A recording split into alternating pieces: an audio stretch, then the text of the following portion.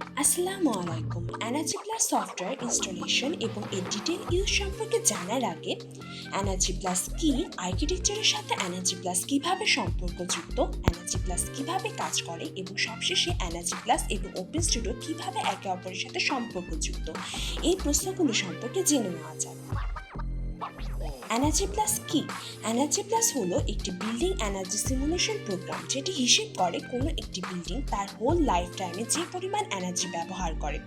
অর্থাৎ EnergyPlus predict এবং simulate করে একটি সম্পূর্ণ বিল্ডিংয়ের এনার্জি কনজাম্পশন, যেমন heating, cooling, ventilation, lighting and plug and process loads. Use of EnergyPlus in architecture. যেহেতু আর্কিটেকচার কোনো একটি বিল্ডিং স্পেসে এনার্জি কোয়ালিটি নিয়ে ডিল করে, তাই একটি বিল্ডিংয়ের এনার্জি কনজাম্পশনের প্রেডিকশন এবং ক্যালকুলেট করার ক্ষেত্রে EnergyPlusের ব্যবহার হয়। How does EnergyPlus work?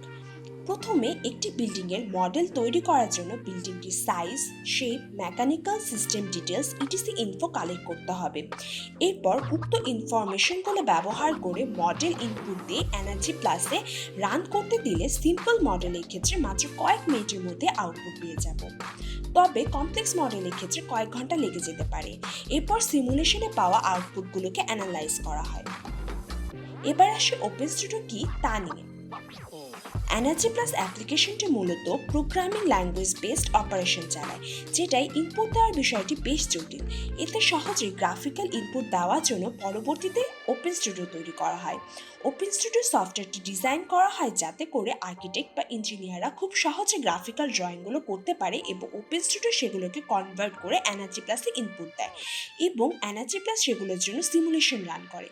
এখানেই আসে ওপেন স্টুডিও স্কেচআপ প্লাগইনের ব্যাপারটি। ওপেন স্টুডিওকে এমনভাবে ডিজাইন করা হয়েছে যাতে কমপ্লেক্স মডেলের ক্ষেত্রে এটি স্কেচআপের সাথে রান করে সহজেই মডেলটিকে EnergyPlusে রান করাতে পারে। এক্ষেত্রে স্কেচআপে EnergyPlus সিমুলেশন মডেল তৈরি করার জন্য ওপেন স্টুডিও প্লাগইন ব্যবহার করতে হয়। EnergyPlusে ইনস্টলেশন এবং এটি কিভাবে ওয়ার্ক করে সেটি আমরা বিস্তারিতভাবে পরবর্তী ভিডিওগুলোতে জানতে পারবো। Thank you.